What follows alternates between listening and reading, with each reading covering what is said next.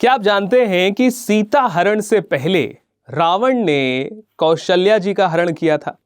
Radio city पर मेरा नाम है अखिल और ऐसी बहुत सारी कथाएं हैं, कहानियां हैं जो आप और हम नहीं जानते हैं, क्योंकि हम जो रामायण पढ़ते हैं, जो रामचरितमानस पढ़ते हैं, इसमें ये कहानियां नहीं है। अच्छा, बहुत से लोगों के मन में ये आता है कि रामायण और रामचरितमानस में अंतर क्या है। तो देखिए, महर्षि वाल्मीकि जी ने जो लिखा था वो रामायण को लिखा था, वो संस्कृत में है, उसकी मूल भाषा संस्कृत में है, महर्षि वाल्मीकि जी के द्वारा। और जो रामचरितमानस है वो तुलसीदास जी ने लिखी है, वो साधारण भाषा में लिखी है, साधारण मनुष्यों के लिए लिखी है कि हर व्यक्ति उसे आराम से पढ़ सकता है। और इन दोनों ही ग्रंथों में जब आप पढ़ेंगे तो आपको कौशल्या हरण का ये जो प्रसंग है, जो मैं अभी आपको बहुत आराम से डिटेल में सुनाऊंगा, ये आपको पढ़ने को नहीं मिलेगा। ये आपको पढ़ने में आएगा आनंद रामायण में। आनंद रामायण जो है उसे आप कह सकते हैं कि एक हास्य की रामायण है, एक विनोद की रामायण है, जहां पर वाल्मीकि जी की रामायण शोक रामायण है, उसमें दुख है, उसमें सीता जी का हरण है, फिर सीता वियोग है।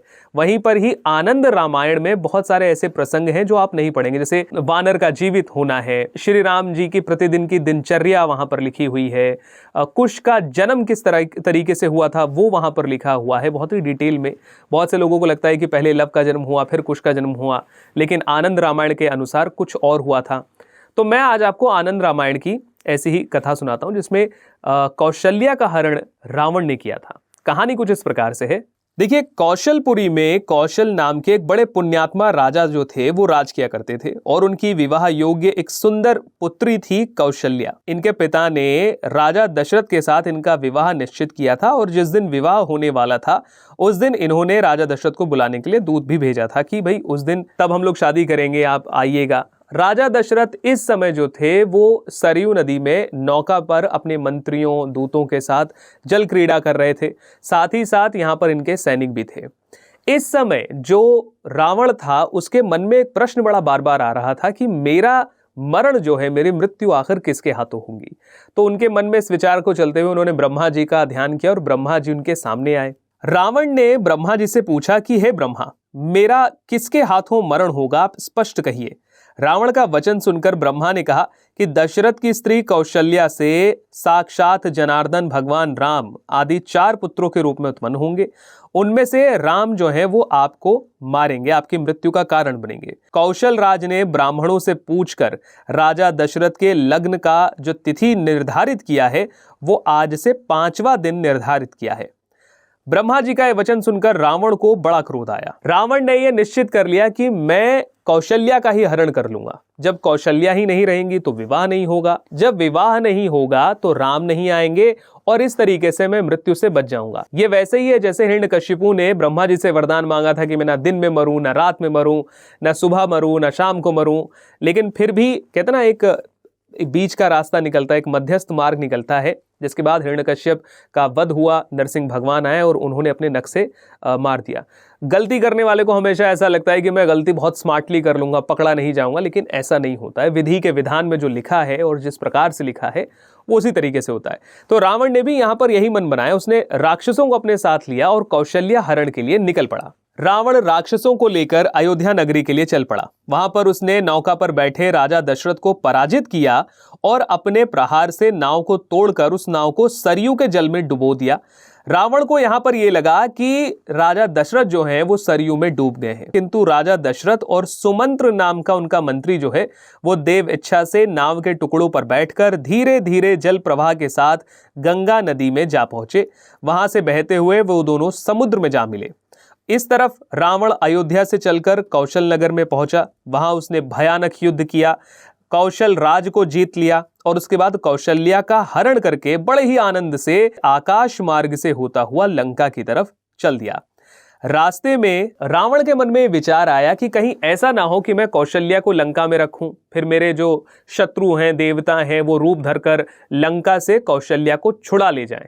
तो कौशल्या जी को लंका ले जाने से पहले उसने ये सोचा कि रास्ते में एक क्षीर सागर में एक मछली उसे दिखी, उस मछली को मैं कौशल्या को सौंप दूंगा। ये कुछ इस प्रकार से हुआ। तिमिंगिल नाम की मछली एक दिखी तो राक्षस राज रावण ने सोचा कि मैं इस मछली को कौशल्या को दे दूंगा धरोहर के रूप में कि ये मछली इसको संभालेगी। ऐसा सोचकर उन्होंने कौशल्या को एक पिटारी में बंद किया, उस मछली को सौंप दिया और आराम से ये सोचकर कि अब मेरी मृत्यु का कोई भी उपाय नहीं है, ये सोचता हुआ वो लंका की तरफ चल दिया। वो मछली पिटारी को अपने मुख में लेकर सुखपूर्वक समुद्र में घूमने लगी। दूसरी तरफ जो दशरथ राजा थे अपने मंत्री सुमंत के साथ समुद्र में तैरते तैरते उस नाव के टुकड़े के सहारे बहते बहते एक टापू पर पहुंचे। यहां पर जो मछली थी इसने भी इस टापू के किनारे इस पिटारी को निगल दिया, मुंह से निकाल दिया। राजा दशरथ और सुमंत जब उस द्वीप पर उतरे तो उनकी दृष्टि उस पिटारी पर पड़ी। खोलकर देखा तो उसमें कौशल्या मिली। कौशल्या को देखकर उन्हें बड़ा आश्चर्य हुआ। बाद में दोनों ने एक दूसरे को सभी बातें बताई। वहीं पर ही अच्छे मुहूर्त पर राजा दशरथ ने प्रसन्नतापूर्वक कौशल्या माता के साथ गंधर्व विवाह किया और उसके बाद राजा, कौशल्या और मंत्री सुमंत ये तीनों उस बड़ी पिटारी में घुसकर बैठ गए, ढक्कन बंद कर लिया। यहां पर वो मछली फिर से आई। मछली ने उस संदूक को फिर से अपने मुंह में रखा।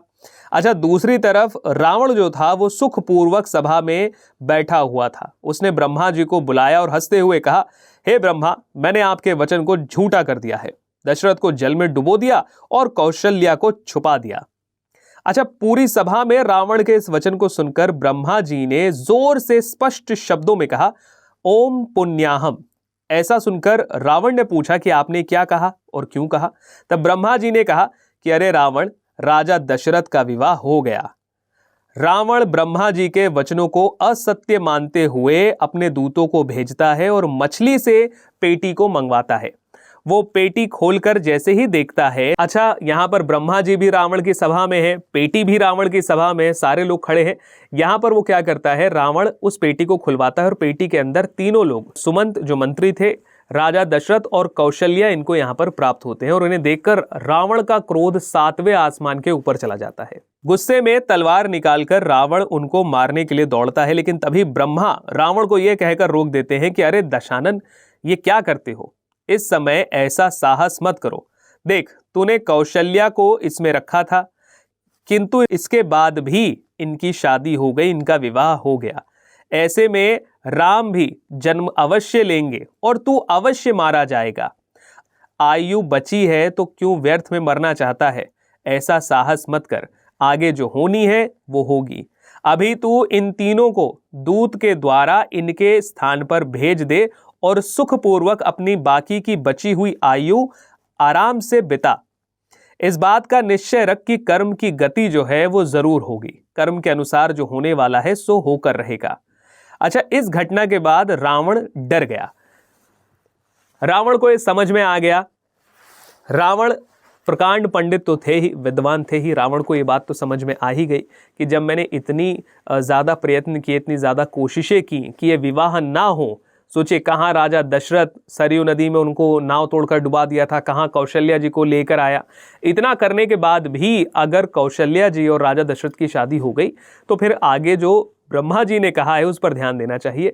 इनको व्यर्थ में मारना नहीं चाहिए, जो शेष आयु बची है उसका निर्वाह करना चाहिए। ये सोचकर रावण ने अपने दूतों के माध्यम से राजा दशरथ और कौशल्या को वापस उनके निवास स्थान पर भिजवा दिया, जहां पर कौशल नगरी में कौशल राजा ने पुनः विधि पूर्वक राजा दशरथ की और कौशल्या माता की अच्छे से विवाह करवाया, शादी करवाई।